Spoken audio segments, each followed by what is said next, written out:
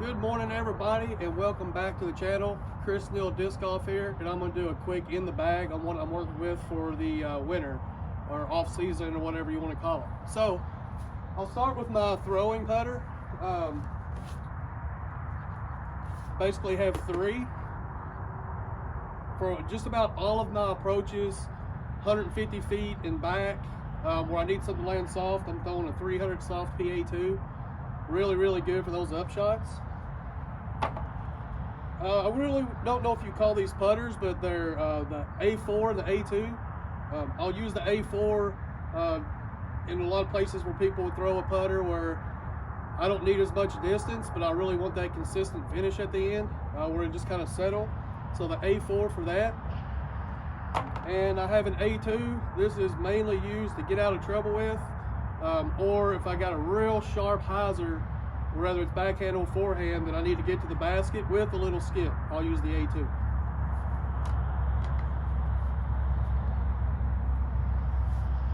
So for my mids, I'm only carrying two mids right now. That's because usually the A4 that I was just showing is something that I use a lot in a place where some people would use a mid. But for my mids, my overstable mid is M1 750 plastic.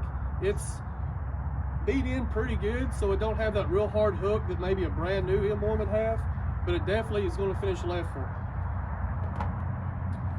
it. And my go-to mid for just about every shot, whether it's a turnover, a straight shot, hyzer flip, or I can actually get the hyzer, is a 400G M3. This is my most used mid-range in my bag. So forehand only. I'm not a big forehand thrower, which is something I'm going to be working on during the off season, and I'm going to put some videos on.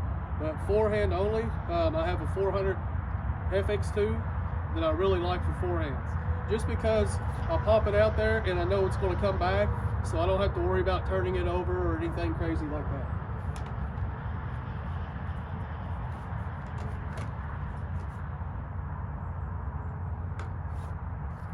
So probably my biggest slot in my bag is fairway drivers. I love throwing fairways off the tee, from the fairway. I even use them for some upshots on occasion.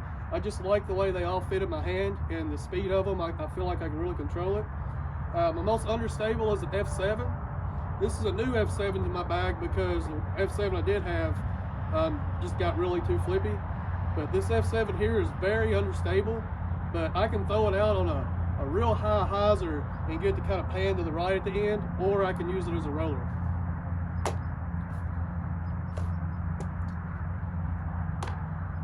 Next is F5s.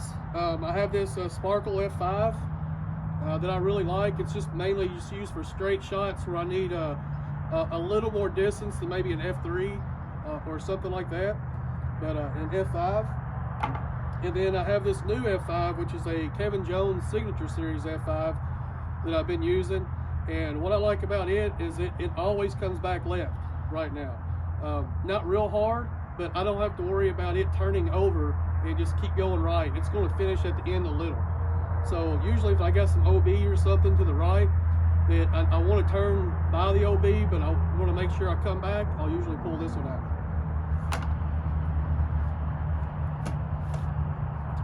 Next are F3s. I got two F3s here, both of them 400. This F3 here is my favorite F3 that I have. I use this all the time, but it's starting to get a little too flippy for me. So I threw this other one in, same weight, only difference is the color. And I'm starting to get it beat in to where this one used to have a sweet spot. So I see this one coming out of the bag pretty soon, and this one taking its place, and then I'll cycle another one in to get it ready to get into that sweet spot.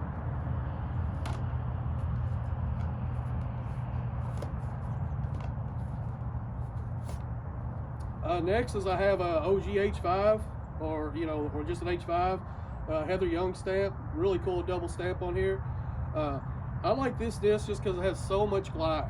I can hyzer flip it and it just glides forever. Slow pan to the right, but not turned over. But it'll hold a great turnover line if that's what I want to do with it as well. So I use this a lot on those 250, 280 par threes. if I got something that I need to just kind of get down straight down the middle. I can hyzer flip it, slow fade.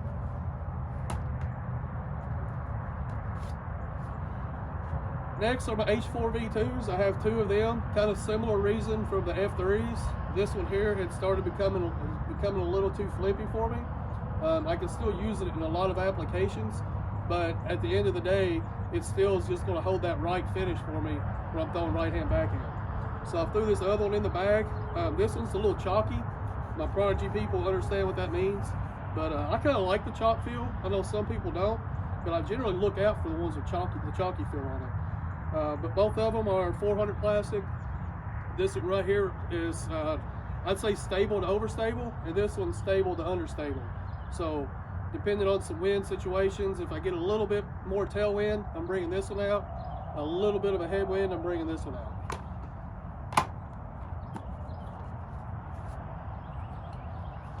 All right, next is my H3 V2s. Both of these are stable to overstable for me. I can get them to flip a little, but after they flip, then they'll still hyzer out, which comes in real handy in the woods, tunnel shots, things like that.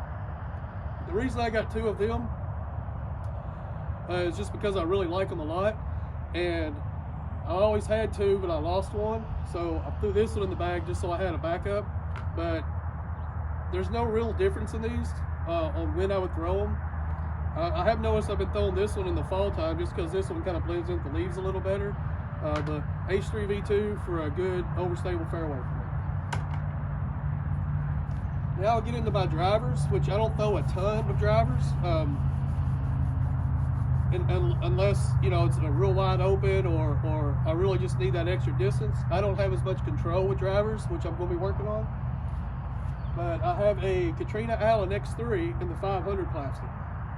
This disc for me is just an absolute meat hook. It's what I've been kind of working some forehands in and practicing with, other than the FX2. But for backhand, I can throw this thing straight, and I know at the end it's just going to hook hard left. So if I got to get around the corner or if I need a skip shot, I'm bringing this one out every time.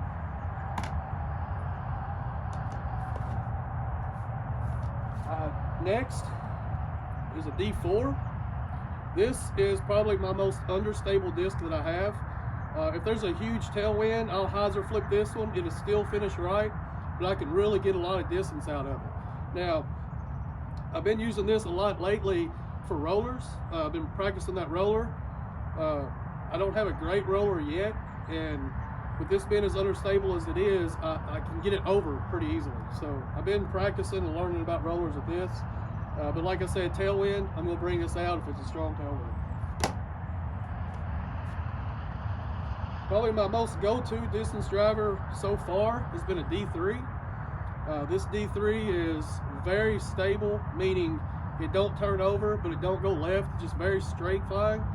A lot of times you hear people say stable, you think overstable, but I'd say it may be slightly understable.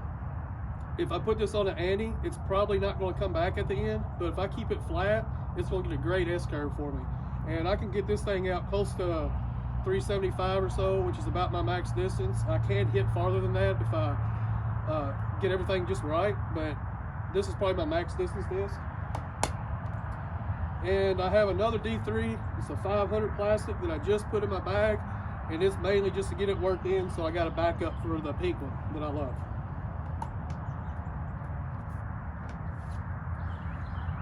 Next is a D2. This D2 was given to me by a good friend.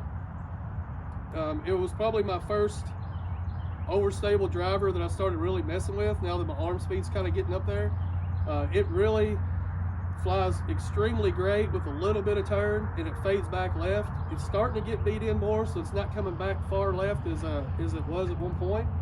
That could be a combination of the disc getting beat in plus my arm speed getting a little better since I've been working on form. But I use the D2 a lot when I want to put something on just a little bit of ante, and not worry about turning it over, but then still come back at the left, and that comes in real handy. My last 2 discs, I have a 400 D1. I just recently got this. It kind of reminds me of the D2 when I first got it, so it's kind of filling that spot of the more overstable version. I can get a little turn out of it. I can throw it on an ante and it'll come back. I can get the absolute most max distance, close to 400 with this, if I hit the line just right with it. I'm still learning the angles on it. I've had it maybe 3 weeks, but I'm going to be working with this in the off season, just to kind of get it beat in and how I like it. Last but not least, this is more of a utility style disc. It's a D1, but it's like really light, 159 D1. It's got the air bubbles in the rim. Huge tailwinds where I need something to go left at the end is this one, just because I know with as light as it is, it'll just kind of glide, and it kind of glides down to the left. I gotta put it on a hyzer to get it to do that because it's so light. Any other type of wind, it's pretty much useless, so I don't use it a lot. But I do have a couple of holes on a couple courses around here that always got some wind that I'll usually reach for this. Last but not least is my putting putter. I putt with P Model S. I've been trying PA3s. I tried some PA4s and some other things, but the P Model S for me just has that glide for my putting style. When I'm putting, it's almost like a loft spin, and it kind of glides down in the basket. Any other putter I've tried just gets to the ground too quick, so I'm really liking the P Model S. I got a stack of them. I only keep one in my bag in rounds, just because I don't like having that which one do I get type thing. But I got other ones that I use for putting practice, so if anything happens to this or I lose it or something like that, then I've got an immediate backup. But yeah, the P Model S. So that's my discs that I got. I went through them pretty quick just to let you know what I'm working with. I'm probably going to take some things in and out during the off season and try some different things, but as far as my main core bag, this is it. And speaking of bag, it's been a while since I've done it in the bag, so I'd like to show off my new bag. I've got a Prodigy Bp1 bag. Great bag. Holds about 30 discs in the main compartment if you want to shove them in there. I keep about 25 in there. It also depends on disc selection. Putter pocket here, you got this top pouch, which is usually where I keep towels and snacks and stuff. Excellent water bottles, insulated. These little magnetic strips so I can keep things like my rangefinder in here. And then over here is where I'll keep my phone and stuff when I'm playing. But yeah, that's my in the bag for the winter right now. Stay tuned. Here in a couple of weeks I'm going to have a pretty big announcement that I'm pretty excited about, and I'm going to announce it on here on my YouTube channel. So anyway, I like to see everybody else's in the bags and see what you're throwing. You can always learn something from somebody no matter what level you are, see what they throw and why. But I would like to point out the reason my Fairway Drivers stack is the biggest stack is because for my arm speed, that's just the disc speed that fits best for me. So I urge everybody to find that slot in your bag that works the best, so you can manipulate the discs and get the most out of them without throwing something too fast or too slow for how you throw. Anyway, please drop a like if you enjoy what you see. Comment below what's your go-to disc. Subscribe and get out and have fun throwing your discs.